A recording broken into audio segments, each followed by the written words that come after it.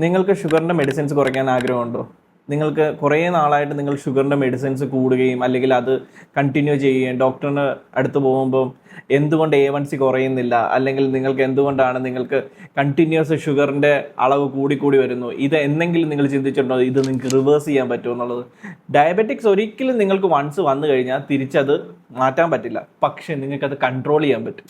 നിങ്ങൾ കഴിക്കുന്ന മെഡിസിൻസ് നിങ്ങൾക്ക് ഡോക്ടറെ ഗൈഡൻസ് തന്നെ നിങ്ങൾക്ക് കുറയ്ക്കാനും കഴിയും. എന്തുകൊണ്ടാണ് ഡയബറ്റിക്സ് നിങ്ങളുടെ വരുന്നതും കൂടുന്നതും? എല്ലാവരും പറയും നമ്മൾക്ക് ജെനറ്റിക്സ് കൊണ്ടാണ്. ശരിയാണ്, ജെനറ്റിക്സ് ഒരു പരിധി വരെയാണ്. പക്ഷേ നമ്മൾക്ക് ഡയബറ്റിക്സ് ഫാസ്റ്റായിട്ട് വരുന്നത് എന്തുകൊണ്ടാണ്? നമ്മുടെ ലൈഫ് സ്റ്റൈൽ മോശമാകുന്നതുകൊണ്ട്. നമ്മളുടെ ഉറക്കം, നമ്മളുടെ ഫുഡിങ്, നമ്മളുടെ ജീവിത രീതികൾ എല്ലാം മാറി മറിയുന്നതുകൊണ്ടാണ്. നമ്മളുടെ മസിൽസ് വീക്ക് ആവുക എല്ലാം ഇതിലൊരു ഘടകമാണ്. അപ്പം നമ്മൾ ആദ്യം ചെയ്യേണ്ടത് എന്താണ്? നമ്മുടെ ലൈഫ് സ്റ്റൈൽ കറക്റ്റ് ചെയ്യുക എന്നുള്ളതാണ്. നമ്മളുടെ മസിൽസ് സ്ട്രോങ് ആക്കുക, നമ്മളുടെ ഫുഡ് ഹാബിറ്റുകൾ കറക്റ്റ് ആക്കുക, നമ്മൾ കറക്റ്റായിട്ട് പ്രോപ്പറായിട്ട് വെള്ളം കുടിക്കുക, ഉറങ്ങുക, എല്ലാ കാര്യങ്ങളും ചെയ്യുമ്പം ഓട്ടോമാറ്റിക്കലി നമ്മളുടെ ഡയബറ്റിക്സ് കുറഞ്ഞു വരും.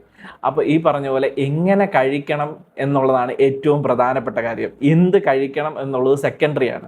ആദ്യം നമ്മൾ എല്ലായിടത്തും ചെന്നിട്ട് മെയിനായിട്ട് ഓക്കെ എന്തൊക്കെയാണ് കഴിക്കേണ്ടത് എന്നാണ് നമ്മൾ ആദ്യം ചോദിക്കേണ്ടത്. ഡയബറ്റിക്സ് കുറയാൻ എനിക്ക് എന്തൊക്കെയാണ് കഴിക്കേണ്ടത്? അങ്ങനെയല്ല, നമ്മൾ എപ്പോഴാണ് കഴിക്കുന്നത് എന്നുള്ളതാണ്. അതായത് നമ്മളിപ്പോൾ ഒരു ഓഫീസിൽ പോവുക, സ്കൂളിൽ പോവുക എന്നൊക്കെയുള്ള അവിടെ ഒരു കൃത്യമായ സമയത്ത് ചെല്ലുക, അല്ലെങ്കിൽ നമ്മൾ അവിടെ ഒരു കൃത്യമായ യൂണിഫോം ഇട്ടുകയില്ല. എന്തുകൊണ്ടാണ്? അവിടെ ഒരു ഡെക്കോർ ക്രിയേറ്റ് ചെയ്യുക. അതുപോലെ തന്നെ നമ്മൾ ജീവിതത്തിലും ഇതൊരു ക്രിയേറ്റ് ചെയ്യണം. എന്നാലേ നമ്മൾക്കൊരു ഡിസിപ്ലിൻ ഉണ്ടാവത്തുള്ളൂ. അതായത് കൃത്യമായ സമയത്ത് ആഹാരം കഴിച്ച് പഠിക്കണം, എങ്കിലേ നമ്മൾക്ക് ഒരു കൃത്യമായ ലൈഫ് സ്റ്റൈൽ ഉണ്ടാവും.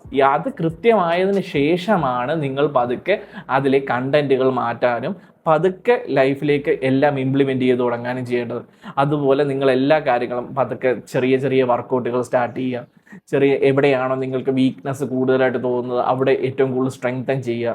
അതുപോലെ നിങ്ങളുടെ ഉറക്കം കറക്റ്റ് ചെയ്യുക, വെള്ളം കൂടി കറക്റ്റ് ചെയ്യുക. ഇതെല്ലാം കറക്റ്റായി വരുമ്പോഴത്തേക്ക് നിങ്ങളുടെ A1Cയിൽ മാറ്റങ്ങൾ വരും. നിങ്ങളുടെ A1C മാറ്റങ്ങൾ വരുമ്പോഴത്തേക്ക് ഓട്ടോമാറ്റിക്കലി നിങ്ങളെ മോണിറ്റർ ചെയ്യുന്ന ഡോക്ടേഴ്സ് നിങ്ങൾക്ക് മെഡിസിൻസ് ഡെഫിനറ്റ്ലി കുറച്ച് തരും.